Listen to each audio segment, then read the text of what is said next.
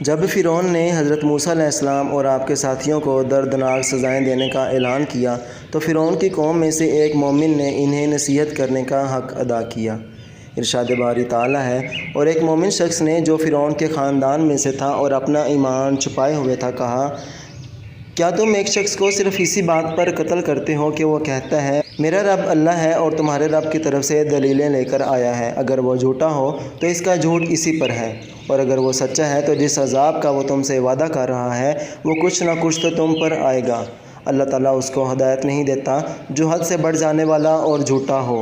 اے میری قوم کے لوگوں، آج تو بادشاہت تمہاری ہے کہ اس زمین پر تم حکمران ہو، لیکن اگر اللہ کا عذاب ہم پر آ گیا تو کون ہماری مدد کرے گا؟ فرعون بولا، میں تو تمہیں وہی رائے دے رہا ہوں جو خود دیکھ رہا ہوں، اور میں تو تمہیں بھلائی کی راہ ہی بتا رہا ہوں۔ یہ شخص فرعون کا چچا زاد تھا۔ بعض لوگ کہتے ہیں کہ وہ شخص بنی اسرائیل میں سے تھا، لیکن یہ بات درست نہیں۔ پھر جب فرعون نے حضرت موسیٰ علیہ السلام کو شہید کرنے کا ارادہ کیا اور اپنے درباریوں سے اس بارے میں مشورہ کیا تو اس مومن کو خطرہ محسوس ہوا کہ موسیٰ علیہ السلام کو تکلیف نہ پہنچے، چنانچہ اس نے مشورہ اور رائے کے انداز میں بات کی۔ رسول اللہ صلی اللہ علیہ وآلہ وسلم نے فرمایا، سب سے افضل جہاد ظالم بادشاہ کے سامنے انصاف کی بات کہنا ہے۔ اس مومن کی بات اللہ کو بہت پسند آئی، جیسا کہ قرآن کریم نے اس بات کو یوں بیان کیا ہے۔ ارشاد باری تعالیٰ ہے کہ تم ایک شخص کو محض اس بات پر قتل کرتے ہو کہ وہ کہتا ہے میرا رب اللہ ہے، یعنی اس بات کا یہ رد عمل تو نہیں ہونا چاہیے کہ تم اسے قتل کرنے کا ارادہ کرو، بلکہ اس کے جواب میں تو احترام اور برداشت کا مظاہرہ ہونا چاہیے، کیونکہ وہ تمہارے رب کی طرف سے نشانیاں لے کر آیا ہے، یعنی اس نے معجزات ظاہر کیے ہیں جن سے ظاہر ہوتا ہے کہ وہ اپنے بھیجنے والے کی طرف سے جو پیغام لایا ہے وہ حق اور سچ ہے۔ اس لیے اگر تم اس سے جھگڑا نہ کرو تو سلامت رہو گے، کیونکہ اگر وہ جھوٹا ہے تو اس کا جھوٹ اسی پر ہے، اس سے تمہیں نقصان نہیں پہنچے گا، اور اگر وہ سچا ہے پھر بھی تم نے اسے تنگ کیا تو جس عذاب کا وہ تم سے وعدہ کر رہا ہے وہ کچھ نہ کچھ تو تم پر آ ہی پڑے گا، یعنی تمہارے لیے تو یہ بات بھی خوف کا باعث ہے کہ جس عذاب سے وہ ڈراتا ہے اس کا معمولی سا حصہ بھی تم پر آ جائے تو اگر وہ عذاب پورے کا پورا آ گیا پھر تمہارا کیا بنے گا؟ اس نے کہا، اے میری قوم کے لوگوں، آج تو بادشاہت ہے، اس سرزمین میں تم غالب ہو۔ اس نے انہیں وہ پیارا ملک اور حکومت چھن جانے سے ڈرایا، کیونکہ جو سلطنت دین کے مقابل آ کھڑی ہوتی ہے ان لوگوں کی حکومت بھی چھن جاتی ہے اور وہ بے عزت اور ذلیل بھی ہوتے ہیں۔ فرعون کی قوم کے ساتھ بھی یہی کچھ ہوا۔ وہ موسیٰ علیہ السلام کی لائی ہوئی شریعت کے بارے میں شک میں مبتلا رہے اور مخالفت کرتے رہے، یہاں تک کہ اللہ نے انہیں ان کے ملک، مکانات، محلات اور نعمتوں سے نکال کر سمندر میں ذلت کے ساتھ غرق کر دیا۔ اس بلندی سے ان کی روحیں جہنم کی گہرائیوں میں جا پہنچیں۔ اس مومن شخص نے ان سے کہا کہ اے میری قوم کے لوگوں، آج تو بادشاہت تمہاری ہے، اس سرزمین میں تم غالب ہو، لوگوں پر تمہارا حکم چلتا ہے، لیکن اگر اللہ کا عذاب ہم پر آ گیا تو کون ہماری مدد کرے گا؟ ان سب باتوں کے جواب میں فرعون بولا، میں تو تمہیں وہی رائے دے رہا ہوں جو خود دیکھ رہا ہوں، یعنی میں اپنی سمجھ کے مطابق اسی بات کو درست سمجھتا ہوں، میں تو تمہیں بھلائی کی راہ بتا رہا ہوں۔ حقیقت میں فرعون کی یہ دونوں باتیں جھوٹ تھیں، کیونکہ وہ سمجھ چکا تھا کہ موسیٰ علیہ السلام سچے ہیں اور وہ جو کچھ لائے ہیں وہ یقیناً اللہ کی طرف سے ہے، لیکن کفر، ظلم اور زیادتی کی بنیاد پر اس کے الٹ خیالات کا اظہار کرتا تھا۔ قرآن پاک میں اللہ کا ارشاد ہے، موسیٰ نے جواب دیا، یہ تو تجھے علم ہو چکا ہے کہ آسمان اور زمین کے رب ہی نے یہ معجزے دکھانے اور سمجھانے کو نازل فرمائے ہیں۔ اے فرعون، میں تو سمجھ رہا ہوں کہ تو تباہ و برباد اور ہلاک کیا گیا ہے۔ آخر فرعون نے ارادہ کر لیا کہ انہیں زمین ہی سے نکال دیں، تو ہم نے خود اسے اور اس کے تمام ساتھیوں کو غرق کر دیا۔ اس کے بعد ہم نے بنی اسرائیل سے فرما دیا کہ اس سرزمین پر تم رہو، اور جب آخرت کا وعدہ آئے گا ہم تم سب کو سمیٹ اور لپیٹ کر لے آئیں گے۔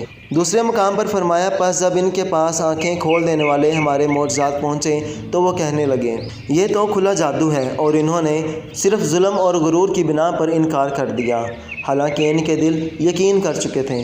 بس دیکھ لیں ان فتنہ کرنے والوں کا انجام کیسا ہوا۔ اور فرعون نے جو کہا تھا، میں تو تمہیں بھلائی کی راہ بتا رہا ہوں، تو یہ بھی جھوٹ تھا۔ وہ تو خود ہدایت پر نہیں تھا بلکہ حماقت اور توہمات میں گھرا ہوا تھا۔ پہلے وہ بتوں کا پجاری تھا، پھر اپنی گمراہ اور جاہل قوم کو بلایا تو اس نے بھی اس کے کفر اور جھوٹ کی تصدیق کرتے ہوئے اس کی پیروی کی اور اسے رب مان لیا، جیسا کہ ارشاد باری تعالیٰ ہے، اور فرعون نے اپنی قوم کو پکار کر کہا، اے میری قوم، کیا مصر کی حکومت میرے ہاتھ میں نہیں ہے اور یہ نہریں جو میرے محلوں کے نیچے بہہ رہی ہیں میری نہیں ہیں؟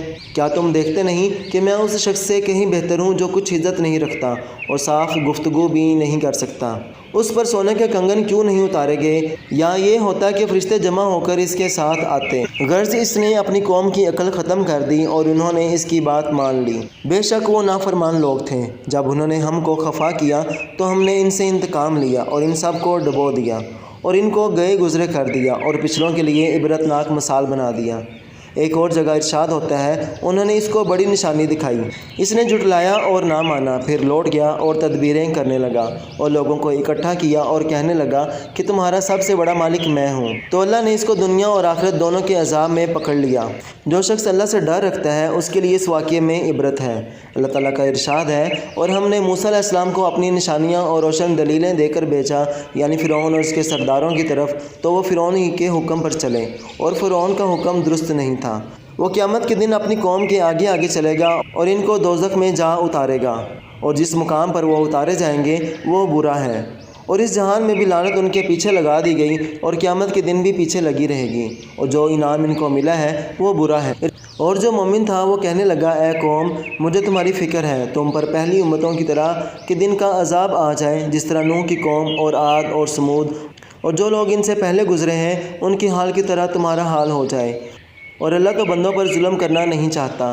اے میری قوم، مجھے تمہاری نسبت قیامت کے دن کا خوف ہے، جس دن تم پیٹ پھیر کر بھاگو گے، اس دن تم کو کوئی اللہ کے عذاب سے بچانے والا نہیں ہوگا، اور جس شخص کو اللہ گمراہ کرے اس کو کوئی ہدایت دینے والا نہیں۔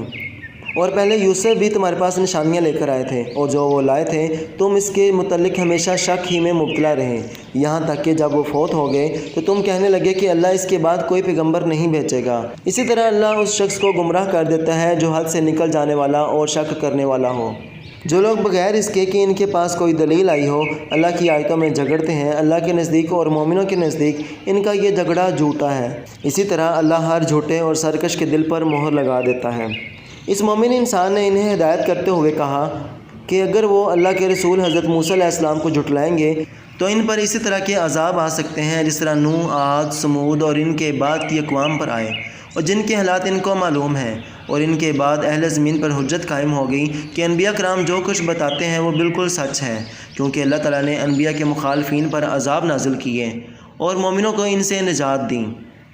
انہیں قیامت کے دن بھی کوئی خوف نہیں ہوگا، جس دن لوگ ایک دوسرے کو آواز دیں گے اور چاہیں گے کہ واپسی کی کوئی راہ انہیں ملے، لیکن ایسا ہونا ممکن نہیں ہوگا۔ ارشاد باری تعالیٰ ہے، اس دن انسان کہے گا آج بھاگنے کی جگہ کہاں ہے؟ نہیں، کوئی پناہ گاہ نہیں، آج تو تیرے رب کی طرف ہی قرار گاہ ہے۔ پھر اسی مومن نے مصر میں یوسف علیہ السلام کی نبوت اور ان سے لوگوں کو حاصل ہونے والے فائدوں کا ذکر کیا، کیونکہ موسیٰ علیہ السلام نے بھی انہی کی آل میں سے مبعوث ہو کر توحید کی دعوت دی اور شرک سے منع فرمایا۔ اس مومن نے اپنے زمانے کے اہل مصر کے بارے میں کہا کہ حق کا انکار اور رسولوں کی مخالفت ان کی عادت بن چکی ہے۔ اس نے کہا، پھر تم یوسف علیہ السلام کی لائی ہوئی دلیل میں شک ہی کرتے رہے، یہاں تک کہ جب ان کی وفات ہو گئی تو کہنے لگے ان کے بعد تو اللہ کسی کو رسول نہیں بھیجے گا، پھر تمہاری یہ بات بھی غلط تھی۔ پھر اس مومن نے کہا، اسی طرح اللہ گمراہ کرتا ہے ہر اس شخص کو جو حد سے بڑھ جانے والا، شک کرنے والا ہو۔ جو لوگ بغیر کسی دلیل کے جو ان کے پاس آئی ہو اللہ کی آیتوں میں جھگڑتے ہیں، یعنی وہ توحید کے دلائل سے منہ موڑ لیتے ہیں، اور اللہ تعالیٰ کو یہ عمل انتہائی ناپسند ہے، اور جو لوگ یہ کام کرتے ہیں وہ اللہ کے غضب کو دعوت دیتے ہیں۔ اللہ تعالیٰ اسی طرح مغرور اور سرکش آدمی کے پورے دل پر مہر لگا دیتا ہے۔ یہ حق کی مخالفت کی سزا ہوتی ہے۔ جزاک اللہ۔